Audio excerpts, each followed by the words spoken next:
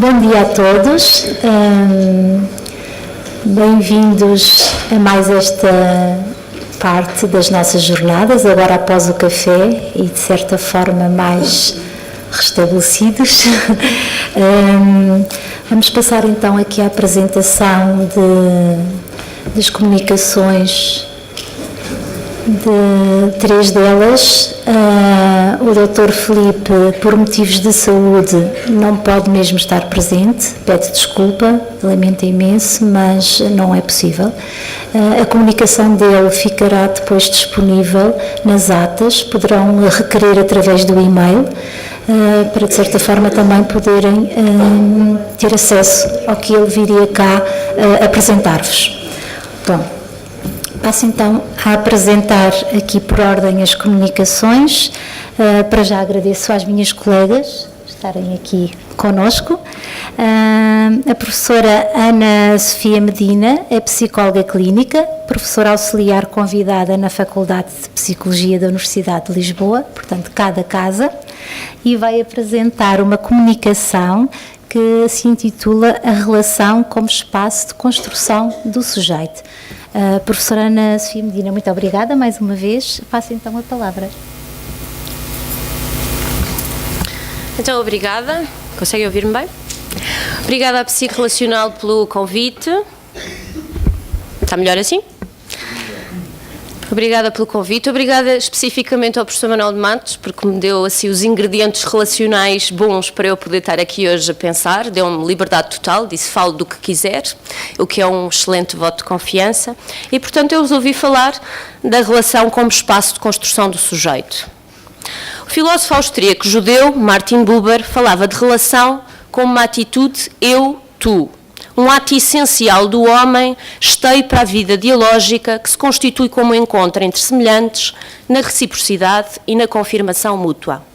Distingue esta atitude da experiência eu-isso, onde o confronto com o mundo das coisas se elabora de um modo objetivante, servindo de suporte ao conhecimento e à utilização funcional. Só na relação se permite que o eu seja eu. O sujeito pede confirmação da sua existência humana através e no interior da relação com o outro. E ao mesmo tempo que se afirma esta gênese relacional do sujeito, requerendo um eu-tu para ser, sublinha que só existe relação quando há distância. Uma distância que ao mesmo tempo liga e delimita a alteridade essencial do eu e do outro como sujeitos. Tentemos pensar essa distância que ao mesmo tempo liga e separa, socorrendo de um texto do sociólogo alemão Georg Simmel sobre arquitetura, intitulado A Ponte e a Porta, onde ele nos apresenta esses dois elementos de construção, a ponte e a porta, como aqueles que permitem reconhecer a diferente qualidade de dois espaços e ao mesmo tempo unificá-los. A ponte como trajeto de transposição entre duas margens e a porta mediando um dentro e fora.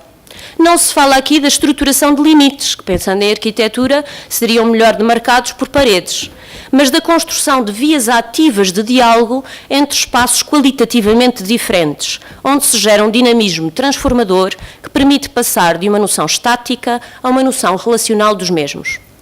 Na construção das representações nucleares da vida mental, poderemos ver essa mesma dialética entre proximidade e distância, diferenciação e integração, presença e ausência, onde, qual ponto ou porta, o mesmo laço de afeto que liga torna-se espaço potencial de construção de uma alteridade eu-tu. O desenvolvimento do sentido de si constrói-se a partir de experiências de sentir com, onde a intimidade e a pertença psicológica a um espaço intersubjetivo precedem a linguagem verbal e o símbolo, segundo Stern.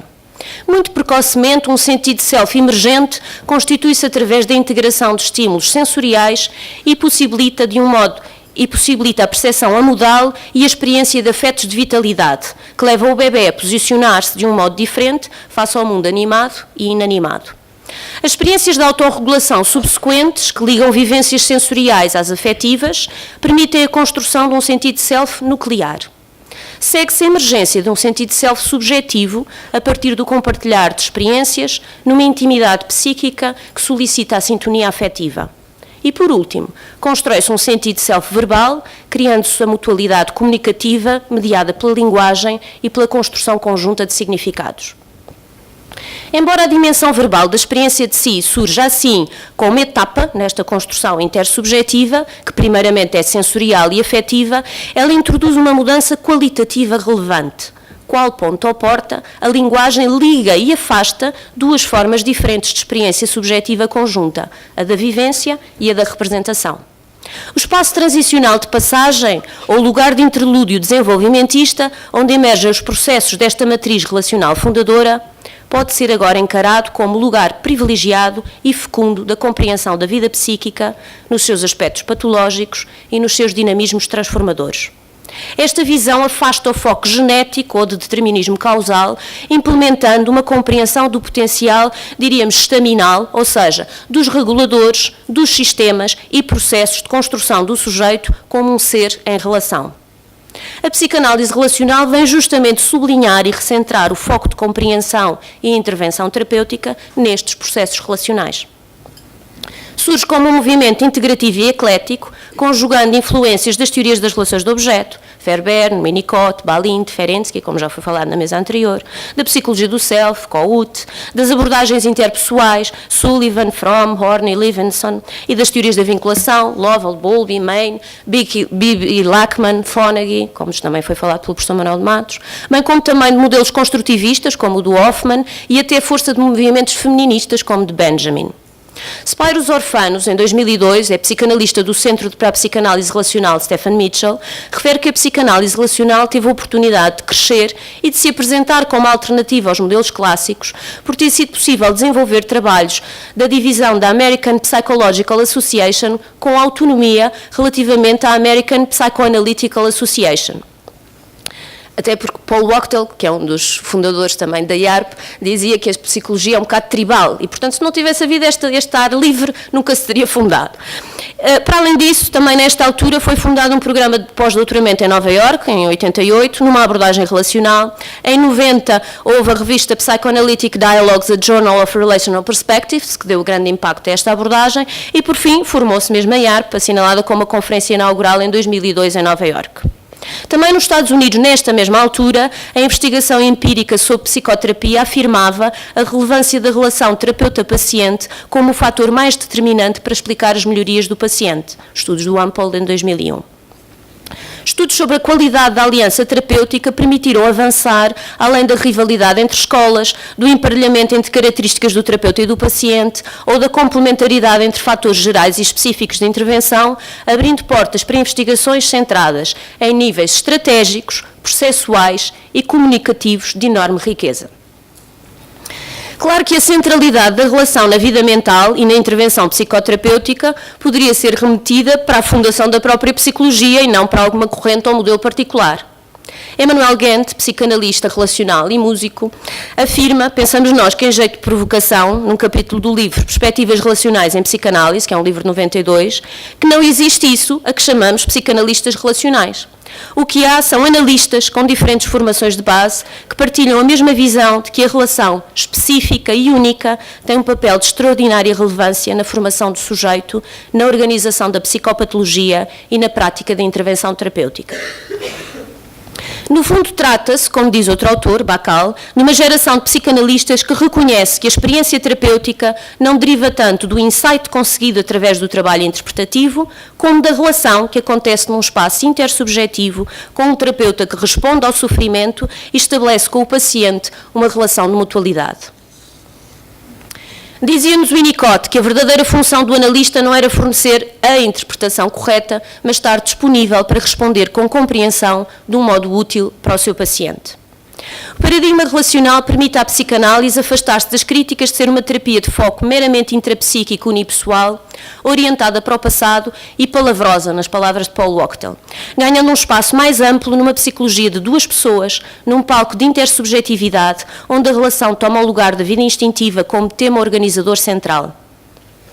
Não se trata de reforçar clivagens entre passado e presente, interno e externo, transferencial e real, mas sim de transcender essas falsas oposições, incluindo a análise dos fenómenos dissociativos, a par da compreensão do fenómeno conflitual e das dinâmicas da nova relação estabelecida, a par das dinâmicas transfero-contra-transferenciais e da repetição de padrões. Paul Wachtel, que esteve cá este ano, em 2016, diz num workshop com graça e sabedoria que nem todos os que foram nutridos por Freud o engoliram todo, ou seja, que ficam portas abertas para continuar o processo de desenvolvimento e de pensamento acerca da psicoterapia. O sujeito não consegue sobreviver psicologicamente sem um meio que lhe responda com empatia, do mesmo modo que não consegue sobreviver fisicamente numa atmosfera sem oxigênio, diz-nos Kohut. As necessidades de relação, sejam de nível self-objetal, sejam de nível intersubjetivo ou interpessoal, quando são respondidas, geram experiências de vitalização no sujeito. É um termo de Fawcett, de 98. Experiências de vitalização com um potencial regulador e reparador da vida psíquica. Entendendo isto, torna-se vital aprofundar a compreensão desse espaço relacional que é habitado, vivido e co-construído num processo dinâmico de encontro entre a pessoa do paciente e a pessoa do terapeuta. Além da consideração dos dinamismos da transferência e contra-transferência e da empatia fundadora da relação de confiança entre terapeuta e paciente, emergem novos conceitos para caracterizar o universo relacional do ato terapêutico, como o de presença, responsividade, mutualidade, intersubjetividade, matriz relacional, princípios relacionais organizadores, entre outros. A relação comporta dinamismos conscientes e inconscientes, onde surgem conflitos entre organizações de natureza infantil e madura, bem como dissociações e incomunicabilidade entre estados do self múltiplos, ou ainda experiências não representadas, só elaboráveis através da própria representação, da própria relação.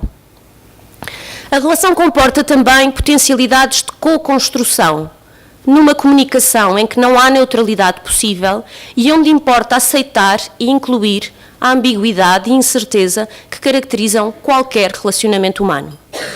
A relação comporta ainda dinamismos de desenvolvimento através de dialéticas que perpassam tanto a sessão como o processo terapêutico. Dúvida e certeza, possibilidade e restrição, hierarquia e paridade relacional, assumir de riscos e responsabilidades, rituais terapêuticos e espontaneidade em sessão, ação e reflexão, intenção do terapeuta e vontade do paciente, mudança, estabilização. O termo presença, ou que eu traduzi como presença, mas que seria presentidade, presentness, que é de Lazar, em 2000, permite incluir na relação terapêutica dinâmicas de imersão empática que comportam estados do self partilhados e reverie mútua, bem como momentos de responsividade espontânea às necessidades relacionais emergentes.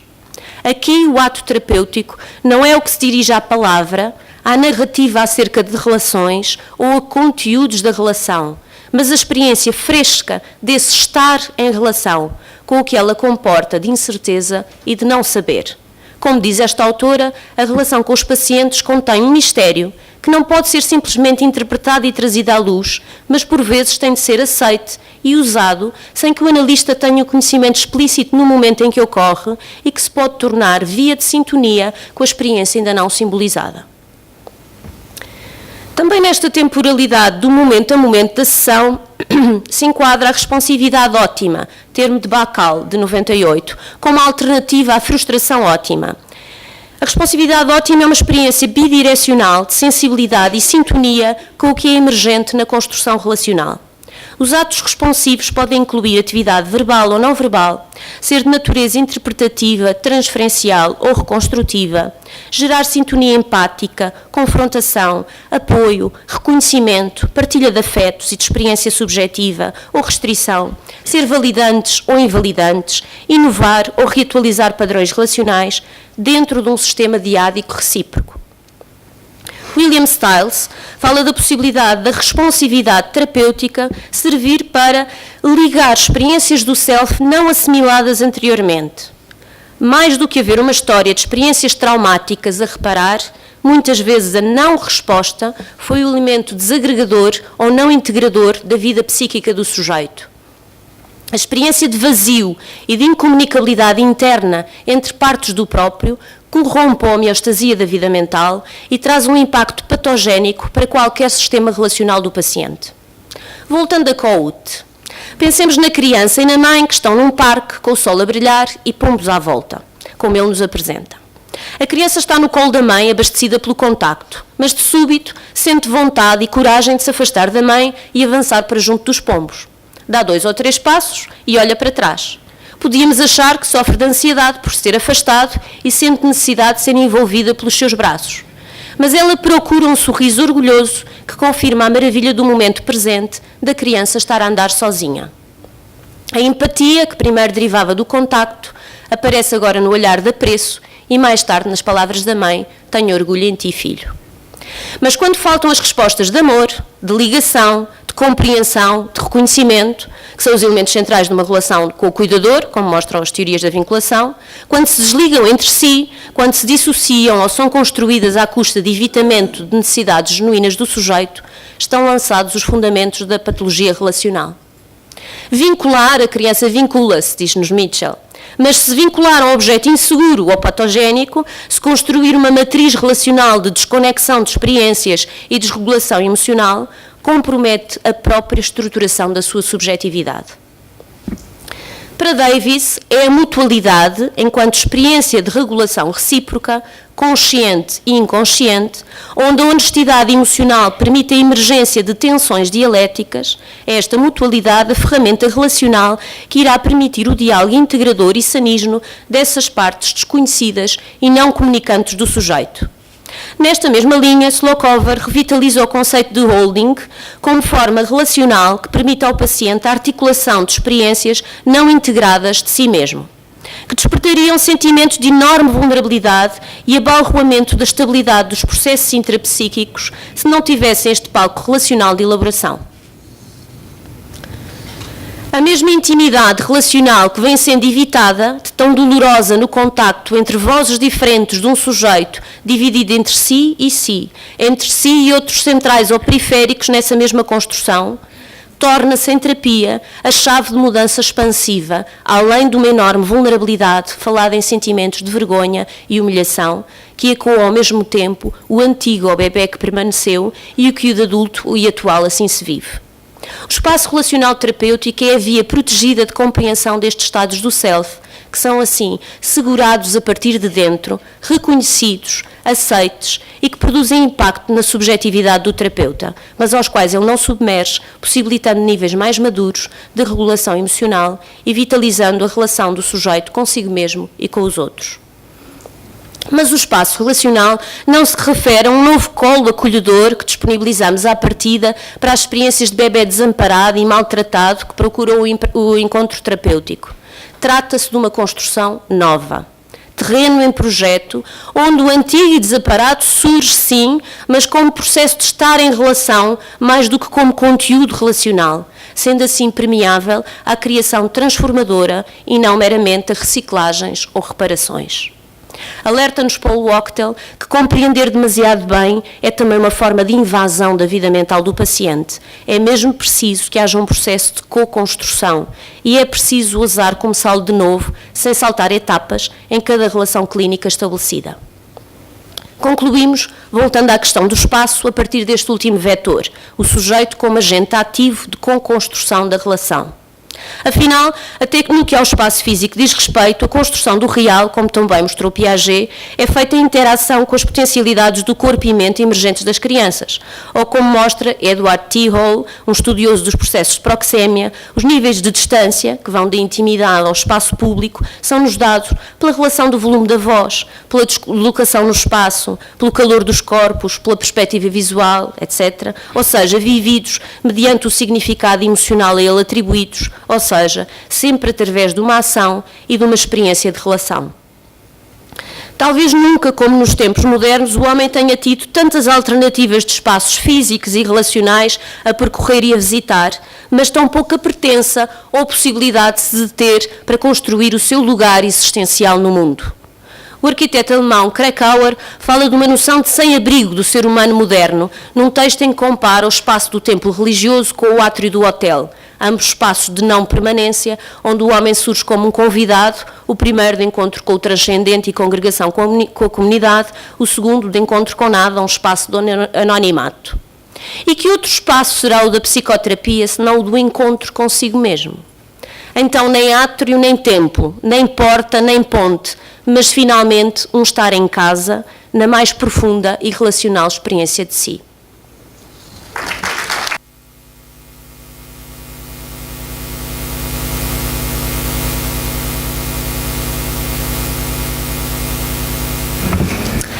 Muito obrigada, professora Ana Sofia Medina, pela sua comunicação, muito rica, interessante, que permite aprender, e as comunicações que nos permitem aprender, aprendemos sempre, mas quanto mais ricas são.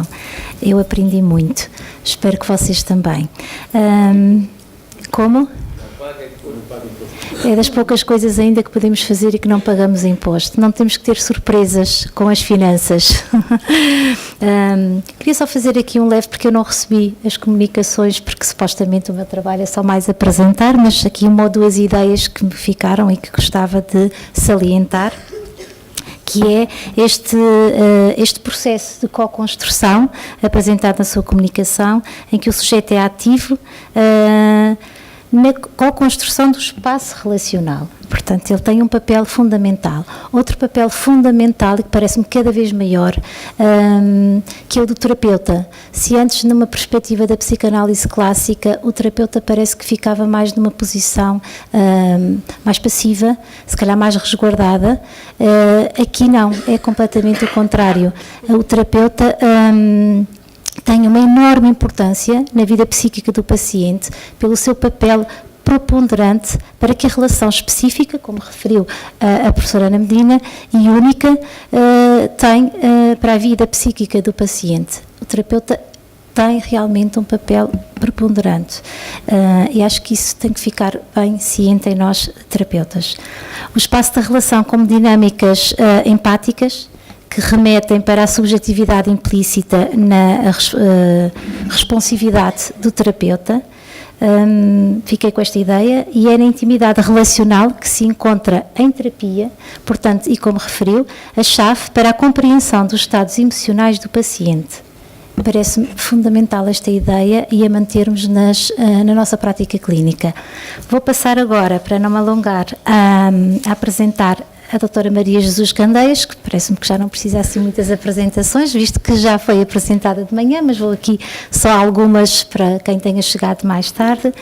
É psicóloga clínica, psicoterapeuta psicanalítica, terapeuta familiar, membro fundador e membro da direção e formadora da Psirrelacional, portanto a nossa associação, é mestre em Psicologia Comunitária e Proteção de Menores e é doutoranda em Psicologia Clínica. A doutora Maria Jesus Candeias conta com várias comunicações em congressos nacionais e internacionais e com artigos publicados em revistas científicas internacionais com revisão por pares. Desenvolve a prática clínica em consultório privado. A sua comunicação apresenta a função do sonho no processo psicoterapêutico e na mudança psíquica. Muito obrigada, doutora Maria Jesus Candeias. Passa então a palavra. Obrigada, então. Bom, dar novamente as boas-vindas para os que chegaram mais tarde, cumprimentar aqui os meus colegas da mesa e dar os parabéns à colega pela excelente conferência e espero manter o nível da apresentação. Bom, e passando à minha apresentação, que designei por a função do sonho no processo psicoterapêutico e na mudança psíquica. A interpretação dos sonhos é uma técnica muito antiga, pois já aparece mencionada na cultura egípcia há mais de 4.000 anos. No entanto, só em 1900, com a publicação da célebre obra de Freud, A Interpretação dos Sonhos, esta técnica adquire o estatuto científico de técnica terapêutica. Freud contribuiu indubitavelmente para que os sonhos deixassem de estar inscritos apenas num quadro psicopatológico e passassem a fazer parte da compreensão do funcionamento psíquico de todos os seres humanos. O enorme desenvolvimento da comunidade psicanalítica, os contributos de novas disciplinas como as neurociências, a neurofisiologia, a antropologia, entre outras, levaram a que o paradigma freudiano evoluísse até converter-se num novo paradigma, o paradigma relacional. Quero com isto dizer que o paradigma relacional não é um processo de acumulação de novos conhecimentos, como pode parecer e como já foi aqui referido, mas sim um novo paradigma resultante de um processo de descontinuidades e rupturas teóricas que deram origem a uma revolução clínica e uma revolução epistemológica, em que o positivismo lógico deu lugar ao humanismo da clínica, onde predomina uma perspectiva mais holística. Esta mudança de paradigma contou com o papel determinante de autores relacionais, alguns dos quais já aqui referidos, como Mitchell, Stollerov, Atwood, Orange, Aron, Ogden, entre outros. Não pretendendo aqui entrar numa discussão teórica sobre o sonho, considero, no entanto, importante dar-vos alguns pontos centrais sobre a forma como o sonho é compreendido e olhado na prática clínica relacional. Em 2014, Ángeles Medrano, fazendo uma revisão de literatura sobre a função dos sonhos, em que inclui estas novas perspectivas, identificou 4 ideias centrais. Portanto, os sonhos como consequência de trauma ou como tentativa de resolução de conflitos, os sonhos como reguladores dos estados afetivos e como organizadores da experiência subjetiva, os sonhos como expressão e desenvolvimento da motivação para a relação, e os sonhos como facilitadores da comunicação e do diálogo. Não pondo em causa estas linhas centrais, Ángeles Medrano considera, no entanto, que todas estas funções do sonho se podem resumir a uma única função essencial do sonho: manter o equilíbrio psíquico. Significa isto que, para esta autora, o sonho e o dormir são processos psíquicos que os seres humanos usam para prover de sentido e significado a sua vida psíquica e assim recriar o equilíbrio interno, criar novos diálogos consigo mesmos e regular as suas relações, tanto a um nível afetivo como cognitivo, e desta forma, num círculo benigno, voltar a regular o seu próprio mundo afetivo. No que se refere ao uso do sonho na prática clínica, e a partir dos trabalhos de Stollerov e Atwood, de Ogden e de Medrano, podemos observar que, na perspectiva relacional, o trabalho do sonho é visto como mais um elemento de ligação entre paciente e analista, ainda que um elemento com características específicas. Nesta prática relacional não se faz a distinção entre o conteúdo latente e conteúdo manifesto, dando-se uma maior importância ao conteúdo manifesto, às experiências atuais do paciente, em especial às emoções associadas. Desta forma, nesta perspectiva, não se procura compreender o sonho através das associações livres do paciente, mas que o sentido deste se vá configurando através do diálogo entre paciente e terapeuta, já que o sonho só tem sentido no contexto do qual faz parte, ou seja, no contexto paciente-terapeuta. E por isso os sonhos manifestam, de uma forma ou de outra, a relação que está estabelecida na díade analítica. Ainda a este propósito, Stollerov e Atwood sublinham que no trabalho técnico a desenvolver com os sonhos, mais importante do que tentar encontrar significado para o sonho apenas no intrasubjetivo e no passado, é centrarmos na forma como o sonho se insere na experiência atual do paciente, reconstruindo ligações entre as imagens dos sonhos e as preocupações ou conflitos que afloram na vida subjetiva do paciente. Desta forma, não se trata tanto de procurar as causas do sonho no passado, mas sim gerar contextos de significados subjetivos em função dos quais as imagens dos sonhos podem ser examinadas e compreendidas. Em 1996, Ogden, num dos seus trabalhos, considera que, no momento em que o paciente comunica o seu sonho ao terapeuta, dá-se início à criação de um espaço intersubjetivo que envolve o encontro das duas subjetividades, a do paciente e a do terapeuta. Desta forma, a subjetividade do analista entra como mais um elemento da relação, facilitador da construção e da regulação de um espaço intersubjetivo, onde os afetos e as emoções têm tanta importância como a palavra, e cuja tarefa é a elaboração conjunta que permite ao paciente, através da comunicação intersubjetiva, uma aproximação à sua verdade como sujeito e ao diálogo consigo mesmo. Ogden considera ainda que a criação deste espaço dependerá da capacidade do paciente e do terapeuta para se envolverem num interjogo dialético de estados de reverie. Neste sentido, o sonho sonhado no decorrer de uma análise é um interjogo dialético das subjetividades do analisando e do analista e que dá lugar à criação de um espaço onírico intersubjetivo.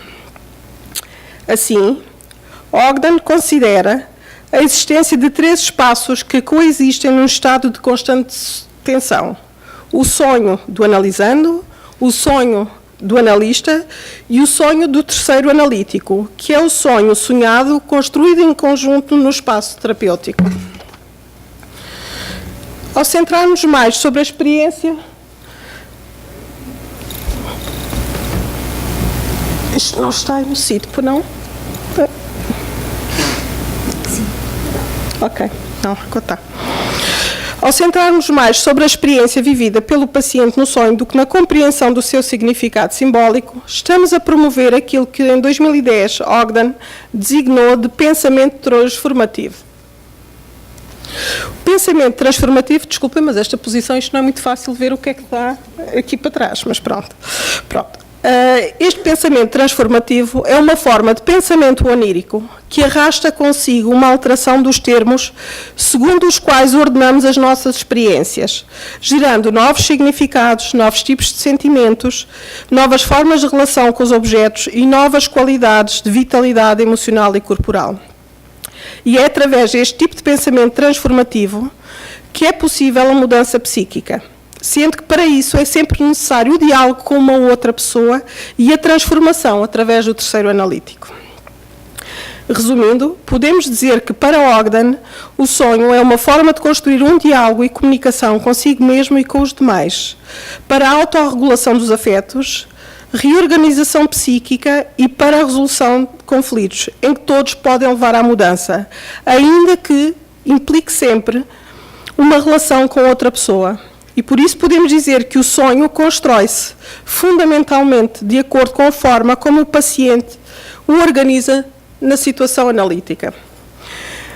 Medrano, em 2014, salienta ainda que os sonhos entre as sessões e a sua análise na terapia são também uma forma de regular a relação terapêutica. E, por isso, a sua análise em conjunto é uma forma de regular cada uma das subjetividades que formam parte do contexto da relação terapêutica. E para ilustrar estes pressupostos teóricos, que ilustram a forma como utilizo o sonho no meu trabalho clínico, de seguida vou apresentar-vos um caso clínico repleto de sonhos, que teve a duração de 4 anos e meio, com frequência bissemanal, a partir do qual se pode perceber. Bom, a forma como os temas dos sonhos se vão relacionando e variando em função dos temas que estão a ser trabalhados no contexto presente do processo clínico e a forma como os conteúdos dos sonhos acompanham a transformação da experiência subjetiva do paciente e refletem uma mudança na organização e consolidação de certos temas fundamentais e conflituais que foram surgindo no próprio processo clínico. De forma a estruturar a apresentação deste caso, considerei 3 frases distintas do desenvolvimento da psicoterapia. Portanto, a fase inicial, que designei por fase de despejo, uma segunda fase, a fase de transformação interna. Não apareceu ok. E uma terceira fase, a fase de consolidação da transformação. Eu vou pedindo aí apoio, porque isto é difícil estar a olhar para trás e para o papel. Portanto, a fase de despejo, a que designei, quero com isto dizer, esta primeira fase caracterizou-se essencialmente por uma fase de despejo evacuativa, onde ainda não havia qualquer elaboração do pensamento.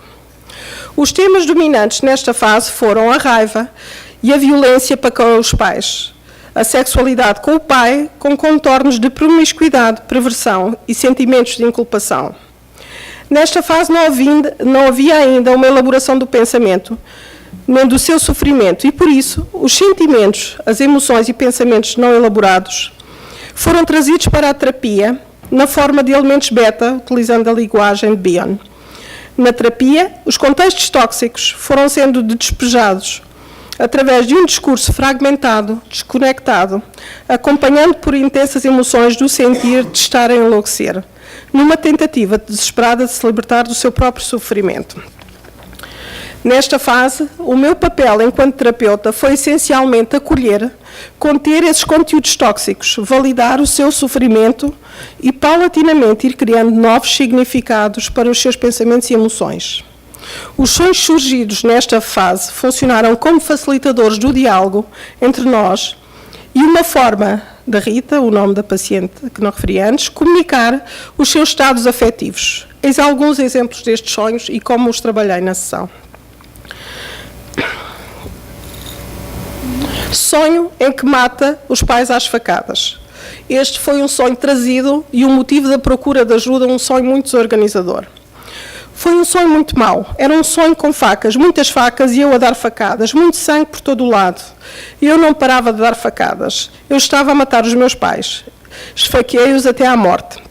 E chora convulsivamente. E por causa deste sonho nunca mais tive sossego. E por vezes dou por mim a ter pensamentos agressivos em relação às pessoas, e isso assusta-me.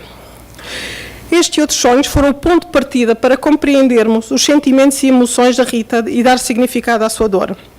A partir deste sonho, convidei a Rita a falar sobre esta raiva para com os pais, entendermos o que era isto. Isto permitiu a Rita ir fazendo a descrição e relato do seu pai e da sua dor, toda a relação com ele, a violência do pai, a confusão e dúvida sobre um possível abuso por parte do pai, a violência física do pai para com o irmão e a erotização da relação entre ela e o pai. O relato da mãe desamparante, que nunca esteve lá. Ao longo da sessão, fomos associando a violência do seu sonho à dor e ao sofrimento que carregava dentro de si e que nunca tinha podido partilhar, pensar com ninguém. Faço-lhe sentir que, isolada de todos, sonhar que os matava foi a única forma que encontrou de poder pensar o seu sofrimento. Conversámos sobre o seu medo da loucura, do medo de ser igual ao pai, medo de ser tão agressiva quanto o pai, louca quanto o pai. A Rita revelava um enorme medo de si própria e de agir os seus pensamentos, e neste sentido ajudei também a Rita a fazer a diferenciação entre a fantasia e a realidade. Noutra sessão, conta-me outro sonho, ainda nesta primeira fase mais evacuativa. O sonho dos sacos de sêmen. Sonhei que estava a passear numa espécie de hospital com a minha cunhada, que tinha um ar distante e desconfiado.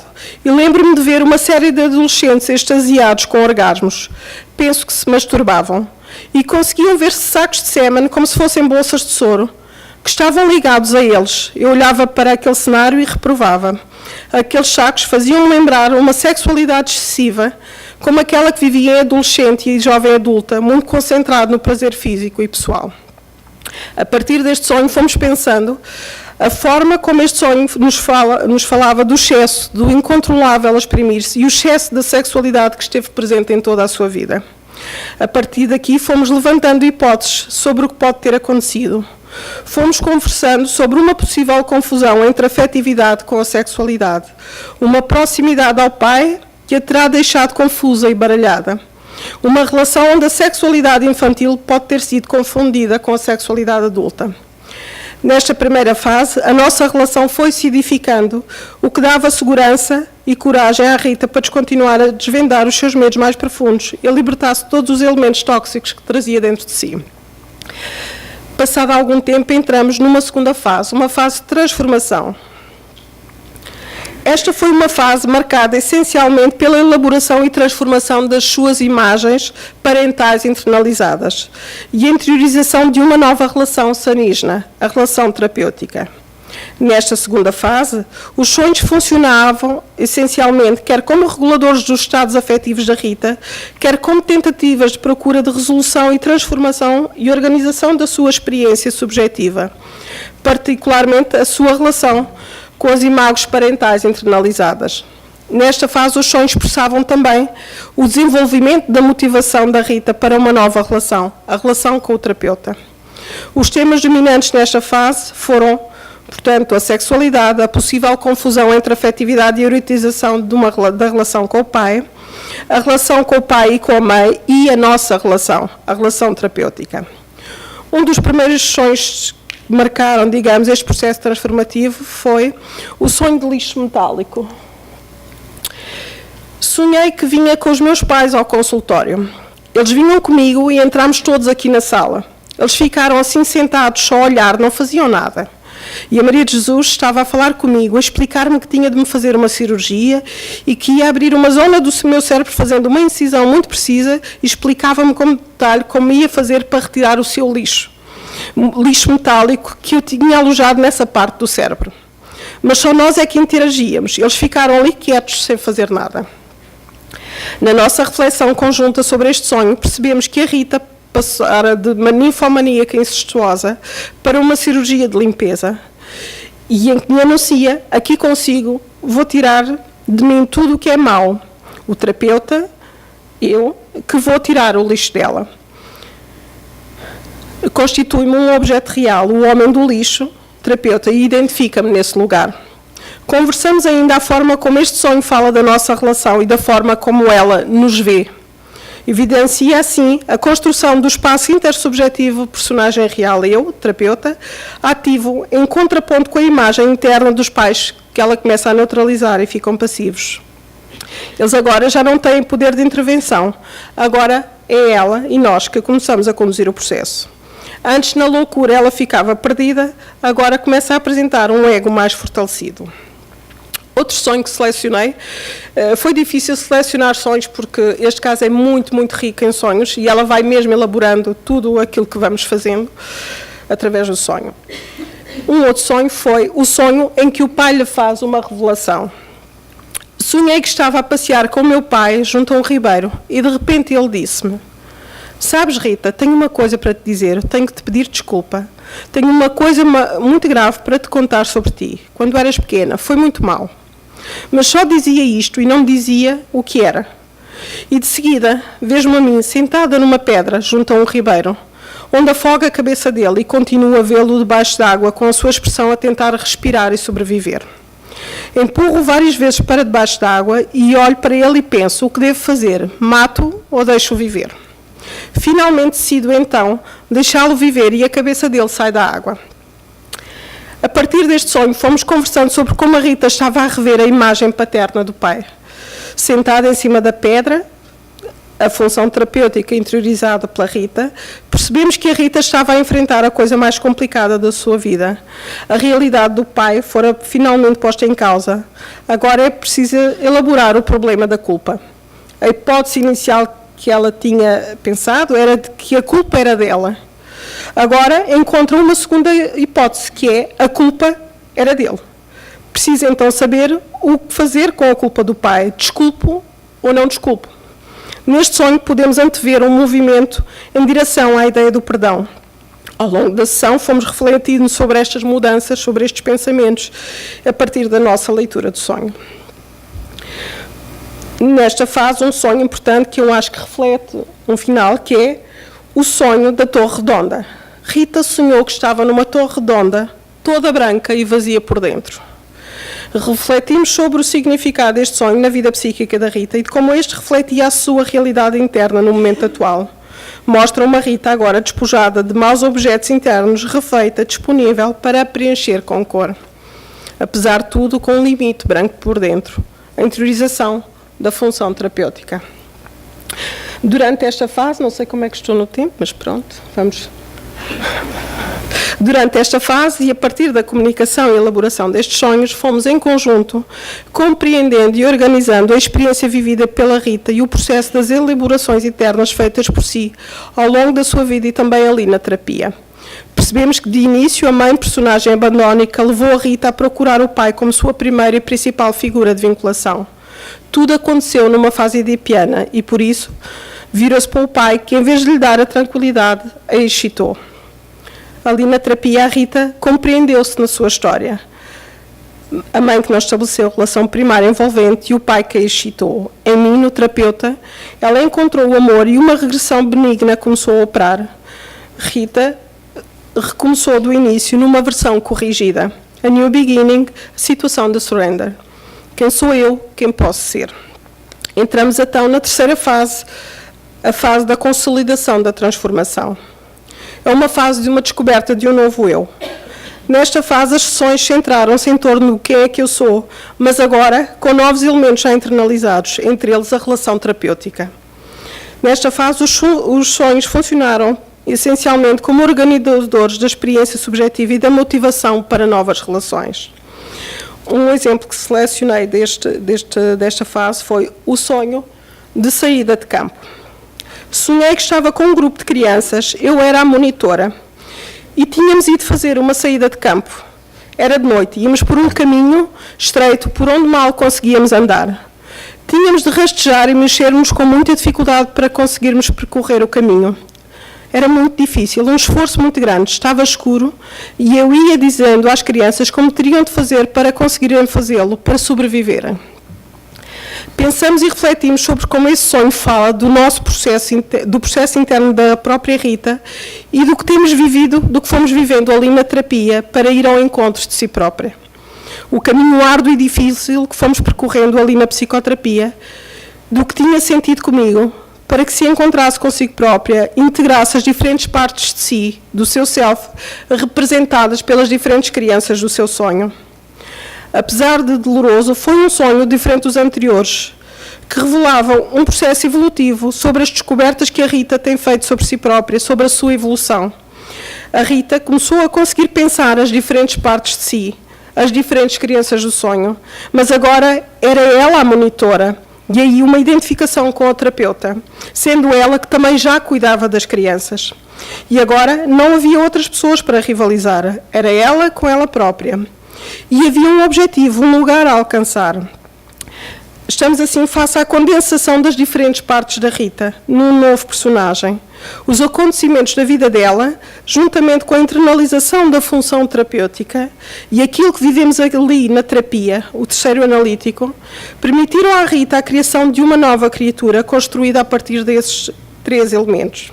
Concluindo e para terminar, parece-me que este caso torna bem visível, de forma bem explícita, como o sonho foi um meio de comunicação e relação entre mim e a Rita durante 4 anos e meio de psicoterapia.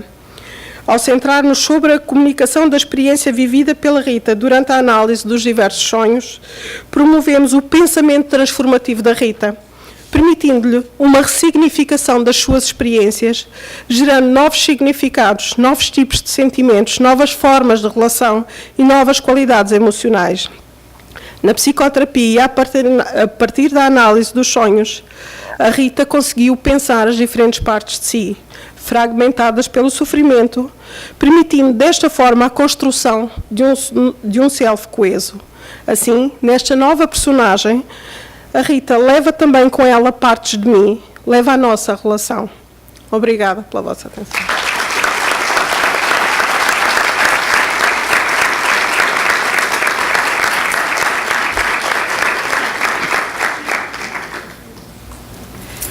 Muito obrigada, doutora Maria de Jesus. Foi uma comunicação muito rica, muito interessante. Fez uma articulação entre a teoria e a prática, algo que eu pessoalmente julgo muito proveitoso. Conseguimos identificar as partes teóricas, se associarmos às partes práticas, temos uma visão diferente. Apresentou-nos as funções do sonho e o uso do sonho na prática clínica, sendo este apresentado como um elemento de ligação entre o paciente e a terapeuta. Numa perspectiva que procurou compreender o sonho no contexto atual da paciente. E isto construído, portanto, aproveitamos aqui o espaço de construção e que o sujeito é também da co-construção, mas que também foi construído um espaço analítico, relacional, que permitiu esta ligação através dos sonhos, uma relação íntima através dos sonhos. As imagens dos sonhos são canalizadas pelas 2 intersubjetividades, não é? Do paciente e do analista, dando origem ao espaço onírico intersubjetivo, que julgo que ser o ponto fulcral desta comunicação, não é? Portanto, o sonho é construído de acordo com o paciente, como o paciente vive naquele contexto e consegue pensar naquele contexto com o terapeuta, atribuindo assim uma ressignificação às experiências emocionais. Muito obrigada, doutora Maria Jesus. Não me vou alongar mais, vou passar a palavra à doutora Paula, por aqui a doutora Paula Campos, vou apresentá-la. Obrigada por estar cá. É psicóloga clínica e psicoterapeuta psicanalítica, tem uma larga experiência profissional num percurso que se iniciou na psicoterapia com crianças em meio escolar, depois com adolescentes em meio institucional, em São Paulo, no Brasil, que sorte, com adultos em consultório e, por fim, com bebés em meio hospitalar. É membro fundador da Comissão Científica e a formadora também da Psi-Relacional. A doutora Paula Campos traz-nos uma comunicação intitulada A Sexualidade a partir da perspectiva psicanalítica relacional. Passo então a palavra. Bom dia a todos, ouvem-me bem? Muito obrigada pelo convite da comissão organizadora. Foi-me dada total liberdade para escolher o tema e, portanto, sou eu que vos quero falar hoje sobre sexualidade. É um tema sobre o qual tenho pensado bastante. Mais? Baixa? É um tema sobre o qual tenho pensado bastante e estudado, sempre muito motivada pela experiência clínica, pelos desafios de pensar a relação dos meus pacientes com a sua sexualidade, e vou tentar trazer-vos algumas questões destas indagações que tenho vindo a fazer a mim própria e com os meus pacientes. Se é verdade o que Frank Summers disse no seu trabalho acerca da rebelião da subjetividade, e se a psicanálise é, como mesmo afirmou, o último bastião na luta contra a objetividade, temos nós, psicanalistas e psicoterapeutas psicanalíticos, uma tarefa importantíssima: devolver o valor da subjetividade aos fenómenos da vida humana. No que diz respeito à sexualidade, diz-se, faz-se, disse-se e fez-se muita coisa. Dissipou-se o silêncio, dissolveram-se receios infundados, apagaram-se os terrores da ignorância, esclareceram-se cada um dos mecanismos da ereção, da ejaculação, do orgasmo e da fecundação. Informou-se sobre os riscos das doenças sexualmente transmissíveis, dos métodos contraceptivos, das técnicas seguras e menos seguras, organizaram-se seminários, cursos, reuniões, responderam-se a perguntas, enfim, fez-se um bom trabalho, diz-nos Green. A concepção psicanalítica da sexualidade diferencia-se de todas as outras por englobar as formas não aparentes, inconscientes, ligadas ao contexto intrapsíquico, interpessoal e cultural, à afetividade, às representações. Ao mesmo tempo que esta comunicação e a investigação que lhe está subjacente tem o propósito de conhecer, interpretar, problematizar, desvelar, tem paradoxalmente o propósito de envolver a sexualidade humana na subjetividade e, em certa medida, devolver-lhe a sua aura de mistério. Mistério que beberá certamente do enigma existencial da infância, de onde vêm os bebés. Curiosamente, e em direção oposta à da sociedade não psicanalítica, a psicanálise pós-Freud viveu uma espécie de recessão do sexual que se manteve até há pouco tempo. É que viveram-se tempos difíceis na relação da psicanálise com a sexualidade. Se a teoria freudiana se baseava numa relação de causalidade entre a pulsão e a sexualidade, funcionando sob uma espécie de lei que dizia que a sexualidade era a chave para compreender os problemas psíquicos, quando os modelos relacionais ou até mesmo autores ditos freudianos relegam o conceito de pulsão para um segundo plano ou, noutros casos, negam ou omitem o conceito de pulsão, houve dificuldade em explicar ou mesmo compreender a força motivacional e estrutural da sexualidade. O que é a sexualidade e de onde vem a sua força? Freud entendeu sempre que a função essencial do sistema nervoso é o controle da excitação, representando a doença neurótica uma sobrecarga de energia, uma sobrecarga quantitativa que excede a capacidade regulatória do sistema nervoso. Antes de 1897, Freud pensava que a origem das excitações sexuais patogénicas eram impressões externas, seduções sexuais na infância precoce. Nestas primeiras definições, Freud pensava na sexualidade, pelo menos a neurótica, dentro do contexto das primeiras relações com outras pessoas significativas.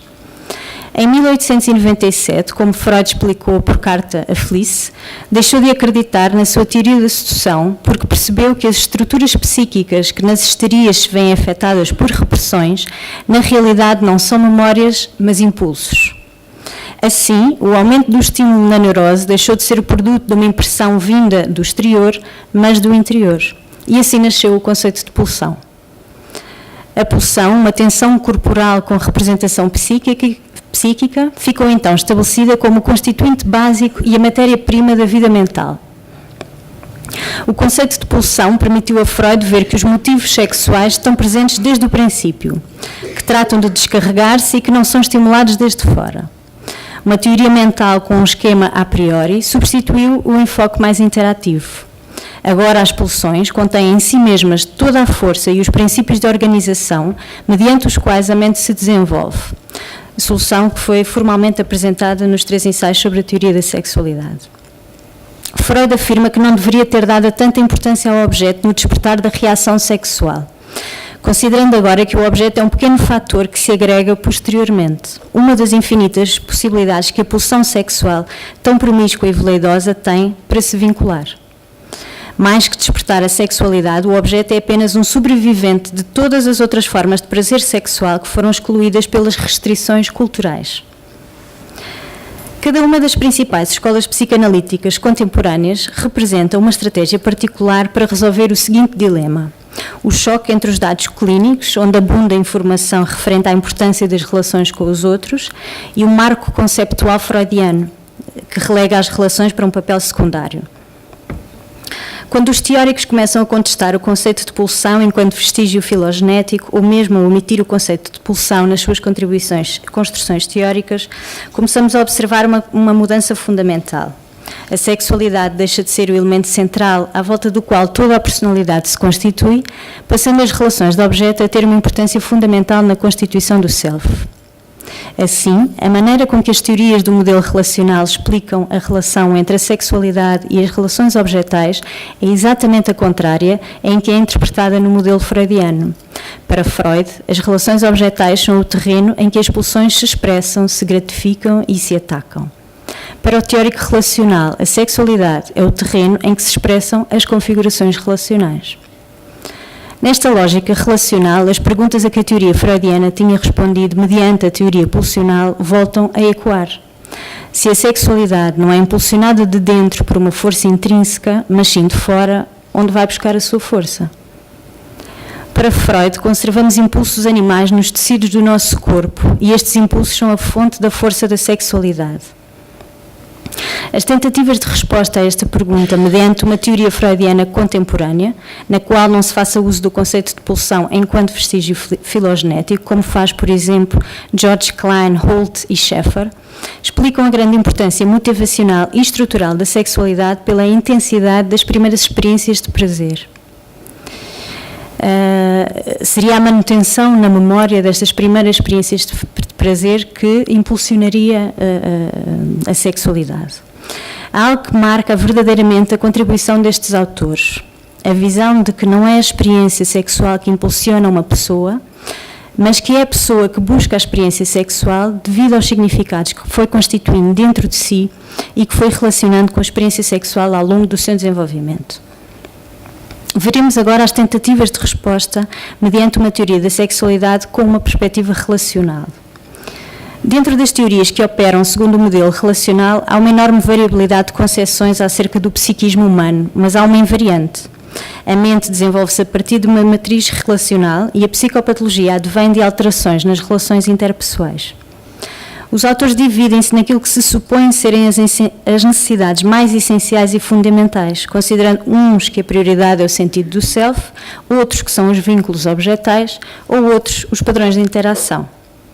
O ponto de vista de Stephen Mitchell, que é o mesmo que o nosso, é que estas 3 dimensões são facetas indispensáveis da investigação analítica, pois os seres humanos regulam simultaneamente o self e o campo relacional.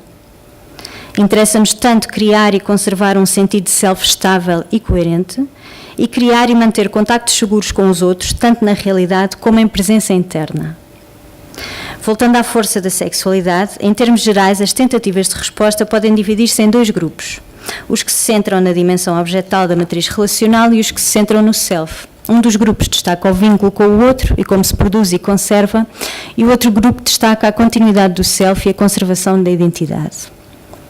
Falemos então do papel do vínculo com os outros na experiência sexual. É uma ironia que Melanie Klein, apesar de toda a sua fidelidade à teoria pulsional, considera que a sexualidade não é um fenómeno que se desenvolva tardiamente, mas é o principal meio para representar e levar a cabo as fortes lutas entre o ódio e o amor, a destruição e a reparação, lutas que formam o núcleo das primeiras relações objetais. Neste contexto, dar e receber prazer sexual adquire um grande significado. Proporcionar uma experiência sexual satisfatória para si próprio e para alguém mais é o testemunho do triunfo das nossas capacidades de reparação em relação às de destrutividade. É um testemunho da nossa capacidade de manter vivos os objetos internos e externos. Da mesma maneira, receber e experimentar prazer sexual do outro e com o outro adquire um significado relacionado com a identificação com os nossos objetos internos, agora vivos e mais felizes que destruídos e vazios. Mesmo que muitos elementos do panorama de Klein sejam amplamente discutíveis, o feito de que coloca a sexualidade genital no meio dos aspectos que intervêm nas relações objetais e não depois delas, tece um forte impacto em muitos autores que não são kleinianos. Kahn e Kernberg terão sido 2 dos mais originais seguidores do caminho aberto por Klein para que compreendamos a natureza e função da sexualidade. Kahn inclui alguns dos conceitos básicos de Klein numa perspectiva winnicottiana, destacando a ideia da experiência de transição, e localiza as perversões sexuais dentro deste terreno de transição. A mãe do futuro perverso alimentou e cuidou fisicamente com generosidade, mas de maneira distante e impessoal. Devido ao fracasso da mãe em relacionar-se de maneira mais pessoal e única, a criança fixa-se às primeiras sensações físicas, tentando reparar o dano e reanimar o seu self infortunado. Desde a perspectiva de Kahn, a outra pessoa nunca é realmente outra pessoa para o perverso, mas um objeto de transição, que ele manipula e acomoda para recriar o vínculo com a mãe e procurar sentir-se completo. A perversão funciona como uma técnica de intimidade de natureza profundamente solitária. E embora 2 pessoas participem numa modalidade interativa, em essência, tudo é invenção de uma delas. Não há relação objetal, não há nutrição. Assim, para Klein e Kahn, a sexualidade não desencadeia a ação endogenamente, levando a pessoa a relacionar-se com os outros, mas as características físicas e fisiológicas da sexualidade empregam-se para estabelecer e expressar esquemas e necessidades relacionais prévias. Falando do outro grupo que destaca o self, outra perspectiva, então, para perceber a força da sexualidade sem o conceito de pulsão, centra-se no papel da experiência sexual no modelamento e conservação do sentido de self ou identidade.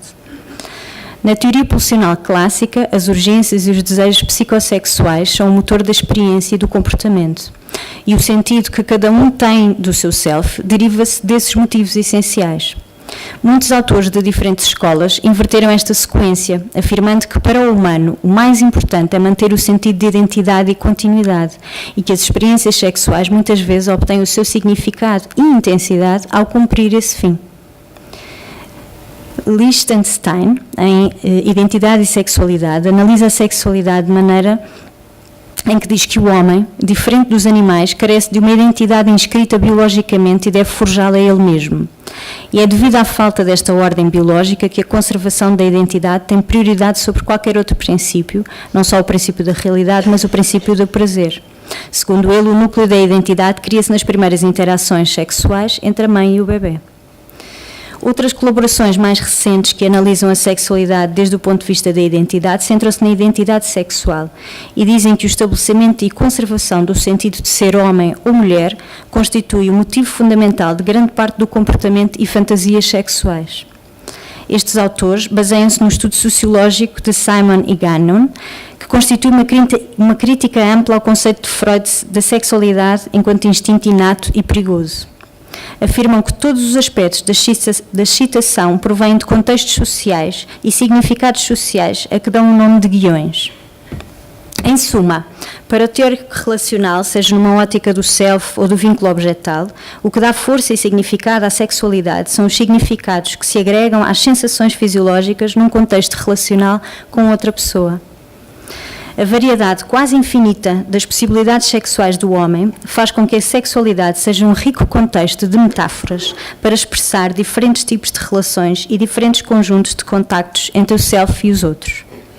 E além desta dimensão que considera a sexualidade como o terreno em que se expressam as configurações relacionais, surge também nestas considerações da psicologia do self a sexualidade enquanto veículo do desenvolvimento e estrutura psíquica, ou seja, a sexualidade é construída pela experiência relacional e também participa na sua construção. Corroborando esta afirmação, Slevin, psicanalista americano que cunhou o termo assassinato da alma para descrever o processo psíquico levado a cabo pelo abusador sexual, diz que a sexualidade é fundamental na criação do nosso sentido de agência, da agentividade. Estas correntes, consideradas em conjunto, demonstram como a inscrição numa matriz interativa relacional pode servir de alternativa para a teoria clássica pulsional na explicação da grande variedade e força da experiência sexual humana. Por que é conflitual a sexualidade? Por que é que se transforma no campo de batalha no qual se travam as lutas relacionais? Para Freud, ainda que a sexualidade se expresse nas experiências com os outros, não é universalmente problemática pelo que fazem ou deixam de fazer os objetos. A sexualidade é universalmente problemática porque é antagónica e agressiva para o outro, porque as necessidades inatas do indivíduo, por força, chocam com a dimensão das relações sociais e culturais. No sistema freudiano, a sexualidade e depois a agressividade, em 1920, é o vínculo fundamental com o nosso passado animal.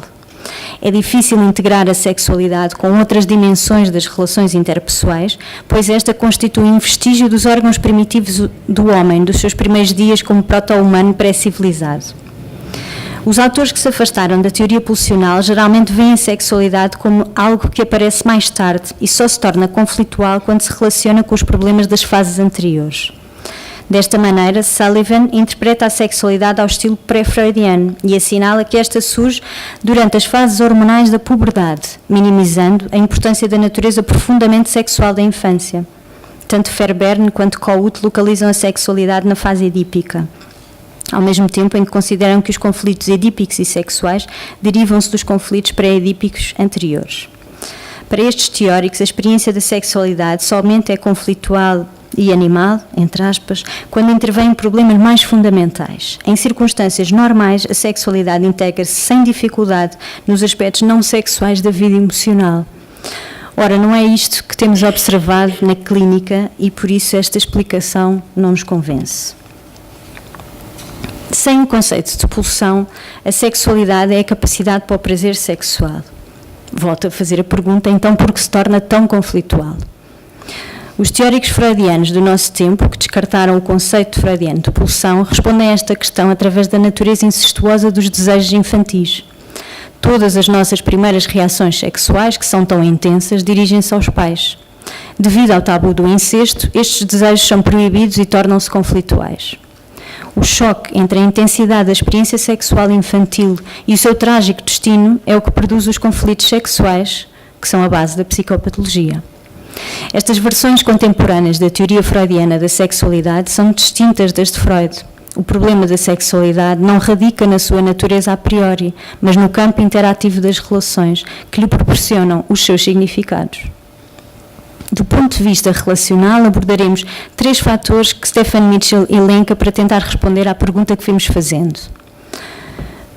Um primeiro fator, como a sexualidade compreende uma interpretação dos corpos e das necessidades, faz com que as suas intermináveis variações sirvam para representar desejos, conflitos e negociações do self com os outros. As dialéticas das intimidades corporais e sexuais colocam-nos em relação com o outro, em cima, em baixo, dentro, fora, controlando, submetendo-se, etc.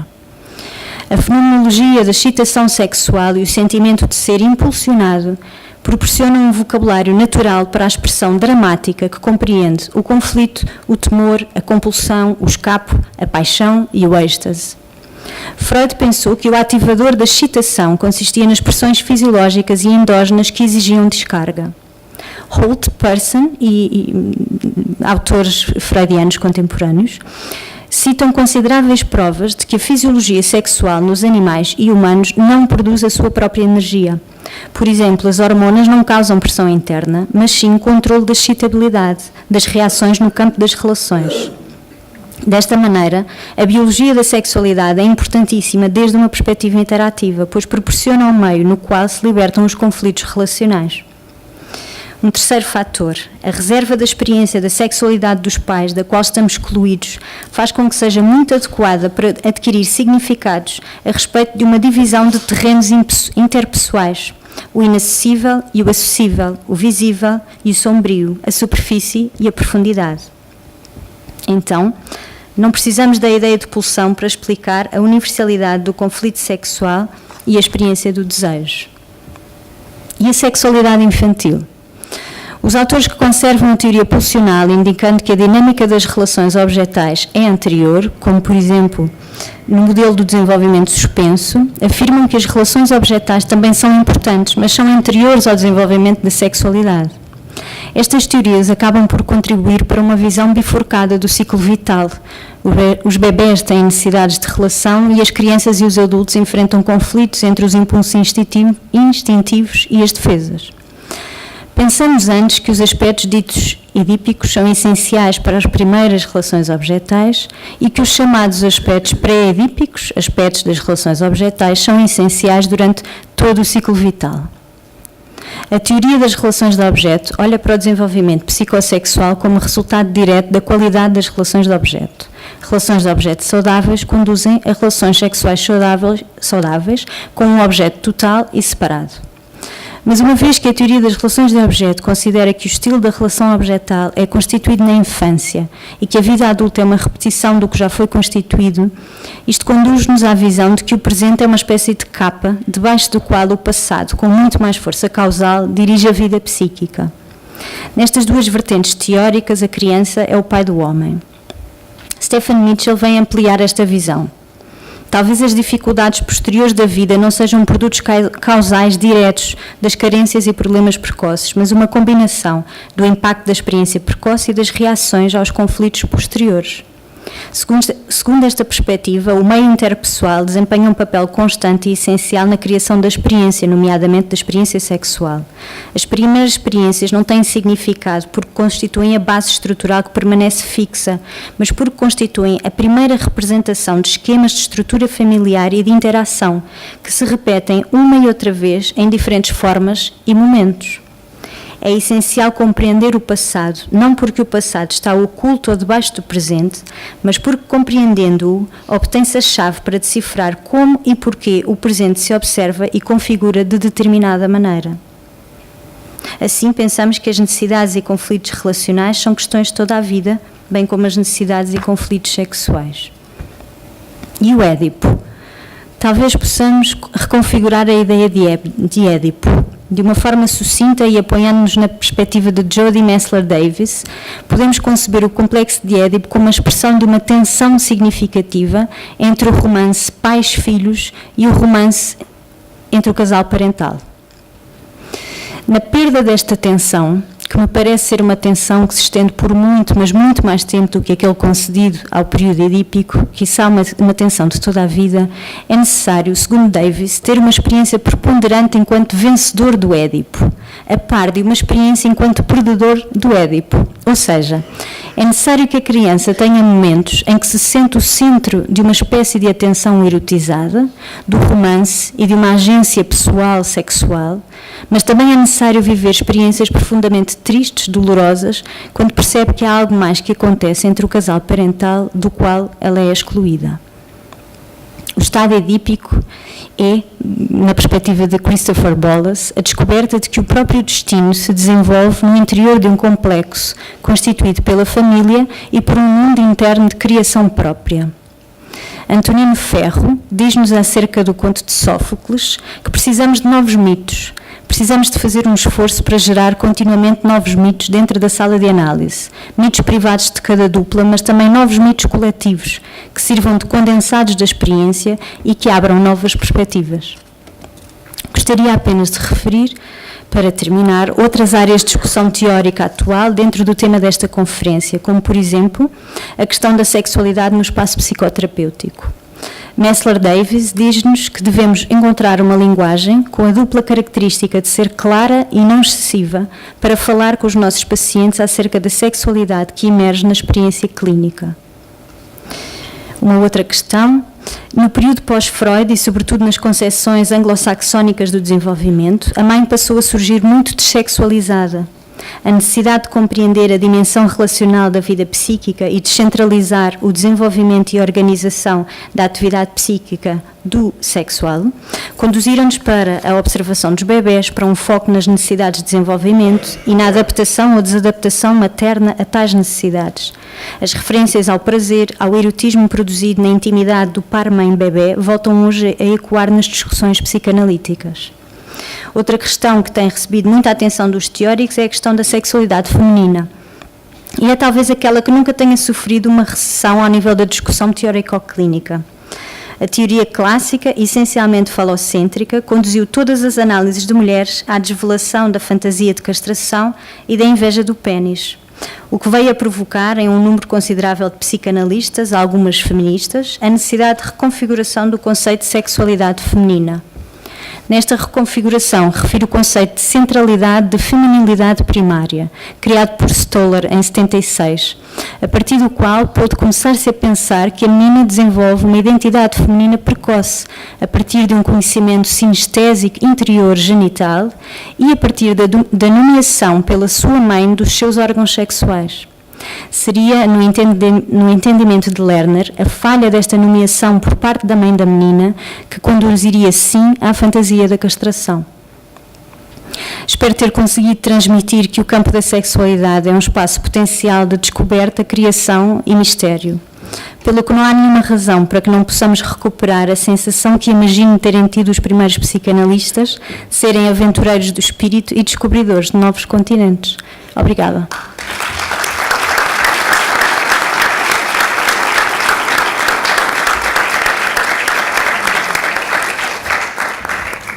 Muito obrigada, doutora Paula Campos, pela sua rica comunicação, exaustiva até, que nos levou numa viagem teórica desde Freud, não é, às escolas psicanalíticas contemporâneas. Apresentou-nos aqui várias teorias, vários autores, várias questões para refletirmos. Eu não me vou debruçar muito mais porque o nosso tempo já está escasso. Dávamos agora aqui uns 5 minutinhos, porque acho que as comunicações foram tão ricas que seria interessante dispensarmos uns 5 minutos para algumas questões, alguma discussão. Passo então a palavra a vocês.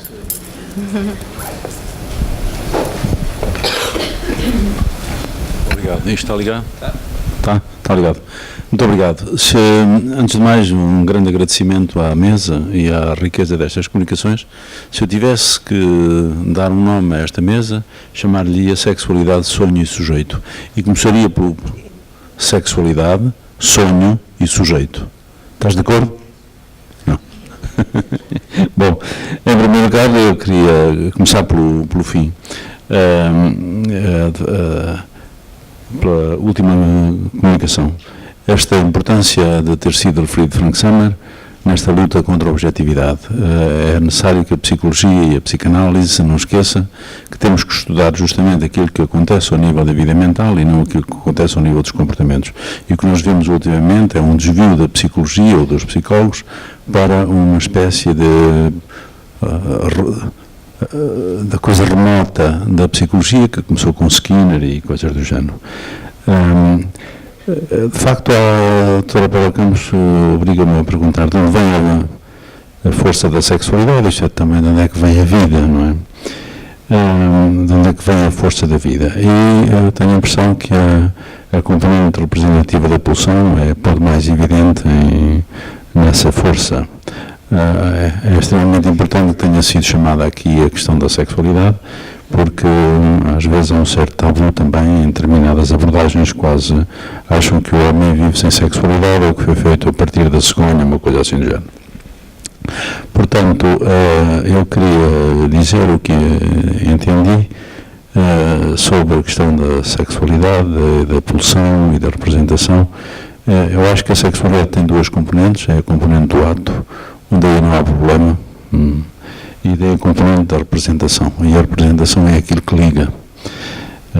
É aquilo que liga e é aquilo que diferencia, mas é também, como salientou a doutora Paula, aquilo que agrega. Ora, aquilo que agrega é a agregação. Quando nós temos que passar a agregação em termos de carreira académica, aqui, meu amigo, vais ter que me dizer tudo quanto tu fizeste e põe lá isso em boa ordem, de modo a que toda a gente compreenda. Este elemento de agregação na sexualidade é extremamente importante, extremamente importante. Portanto, há aqui a importância de chamar a sexualidade à dança, porque de facto a dança é isso mesmo. Bom, e só para terminar, de facto é muito importante que não esqueçamos que a primeira identidade sexual que nós temos é a identidade sexual que nos é atribuída pela nossa mãe. E, portanto, a primeira sexualidade é a representação na mente da mãe, seja em relação à identidade feminina, seja em relação à identidade masculina. Eu passaria já a seguir, muito rapidamente, segurei, por favor. Obrigado. O outro aspecto, que foi a função do sonho no processo de mudança, é extremamente importante. O sonho como para manter o equilíbrio da experiência psíquica, o sonho como elemento de ligação. E, mais uma vez, o sonho exprime representações das coisas e as representações e aquilo que elas representam. Portanto, o sonho cria, no fundo, um espaço de subjetividade e é um espaço onírico. Tive o sentimento de que temos que reformular esta ideia de sonho de despejo, que tem assim uma conotação um bocado negativa, numa conotação extremamente positiva, porque aquilo que parece ser um sonho de despejo, no fundo é um sonho, o conteúdo do sonho são depositados progressivamente no contexto analítico e vão criando um espaço. À força de tanto despejar, entre aspas, sonhos, a sua paciente foi criando um espaço psíquico dentro de si, em função do qual ela sentiu que terá havido uma depuração e qualquer coisa de vazio e agora já capaz de aí depositarem as boas coisas e de iniciarem processo de transformação. Foi muito bonita essa demonstração. E passaria agora, só um bocadinho, a professora Ana Sofia Medina, que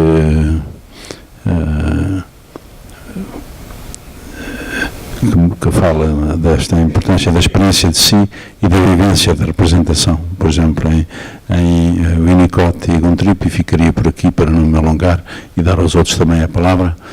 Este aspecto é extremamente importante. Há bocadinho não me alonguei, permite-me agora fazê-lo aqui assim, de ao encontro da sua comunicação. O Guntrip é um homem muito complicado e teve uma análise com o Fairbairn. Teve 1000 e tal sessões de análise com o Fairbairn. Mas o Fairbairn nunca se tinha agarrado a um problema maior da vida de Guntrip, que foi a perda de um irmão quando ele tinha 3 anos de idade. Depois, e tudo aquilo ele era um homem extremamente agressivo, e depois fez uma análise com o Winnicott, que teve apenas 100 e tal sessões, e o Winnicott teve o mérito de chamar à baila a parte mais arcaica da vida dele. Mas depois ele entrou um pouco em conflito com o Fairbairn e com o Winnicott e acabaram por quase o Winnicott dizer que a culpa era do Fairbairn, o Fairbairn dizia que a culpa era do Winnicott, mas uma coisa sobre a qual eles estavam de acordo é que ele era um homem extremamente agressivo. Porque à medida que os analistas iam envelhecendo, diziam: você está com medo de perder os analistas, como teve medo, como perdeu o seu irmão quando você era mais novo. Aliás, discordo completamente daquilo que um e outro diziam, porque o problema central ali era o problema da culpabilidade que ele tinha ligado. Bom, quando é que o homem melhorou? O homem melhorou quando o Winnicott o chamou à parte e disse assim: para além dessa agressividade que você também tem muito amor, você também é muito homem. E há uma ação do Winnicott que é autenticamente de quem o abraça e de quem lhe diz e que lhe mostra também as coisas que ele tem. Isto ficou escrito na mente desse homem aliás é escrito hoje noutros livros, com esta experiência de integração e da vivência e da representação que se viu como coisa boa. Pronto, enfim, eu tinha aqui notado muitas mais coisas, mas não vou dizer. Queria agradecer a cada um em particular e à mesa no seu conjunto a riqueza das comunicações. Muito obrigado.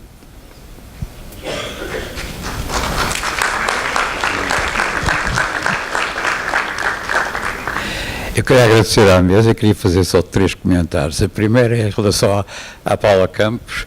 Nestes tempos que vão correndo, o que é uma sexualidade saudável? E o que é que a gente pode definir como sexualidade saudável? Em relação à Ana Sofia, qual a importância, no seu ponto de vista, da encenação para a criação de um espaço de relação favorável ao crescimento do cliente? E em relação à Maria de Jesus, como é que ela, e pareceu-me que fez isso muito bem, se safou, passa a expressão, da função defensiva do sonho na relação terapêutica, e que me parece que ela conseguiu fazer isso chamando à situação ali. Bom, eram os 3 comentários que eu gostava que me esclarecessem. Bom, dada a hora, se calhar vou pedir para responderem e depois, então, logo vemos se conseguimos mais alguma questão, está bem? Muito obrigada pelo comentário do professor Manuel Matos e muito obrigada pela questão do professor Azevedo e Silva. O que é uma sexualidade saudável? Uma sexualidade saudável,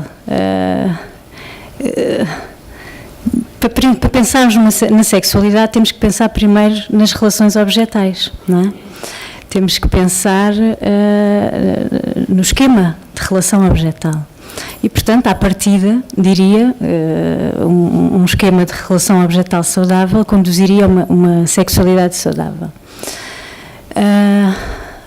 Mas posso dizer mais alguma coisa. Eu diria que uma sexualidade saudável refletiria o esquema objetal interior. Porque o que temos muitas vezes é uma sexualidade que não reflete, no fundo, aquilo que se passa no interior do indivíduo. Reflete sempre de alguma maneira, não é? Pode refletir por uma expressão mais direta ou pode refletir pelo seu contrário, pela negação daquilo que existe. Eu acho que a sexualidade estaria mais perto de ser saudável quando reflete aquilo que existe dentro do indivíduo, mesmo que aquilo que exista dentro do indivíduo seja menos saudável. Passa a palavra a professora Ana Medina. Bem, agradeço a questão e fiquei aqui a pensar na encenação de 2 maneiras. Encenar é pôr em cena, é reapresentar e, portanto, liga-se à questão da representação. É mesmo necessário que aconteça. Mas podíamos pensar, se calhar, numa dialética entre representações desta encenação que fecham a relação, que faz de conta que não é criativo como o faz de conta da criança, mas pelo contrário que demite os sujeitos, que os afasta, que põe a tónica numa linguagem mentirosa, se assim quisermos, da sessão, ou um faz de conta encenado que é transformador, onde se afasta da concretude, porque aqui estamos no domínio da representação e do símbolo, mas tem esse potencial regenerador como o da criança pequena, que usa o espaço para se construir fora à medida que também se está a construir dentro, e como vimos nestes sonhos que aqui foram relatados, ou seja, há um reapresentar de materiais e de cenas figurativas, mas ao mesmo tempo a evoluir a vida interior do sujeito e do sujeito com o analista, não é? E, portanto, não sei se respondi, mas de facto pode ter esta dupla potencialidade. Obrigada pela questão. Obrigada.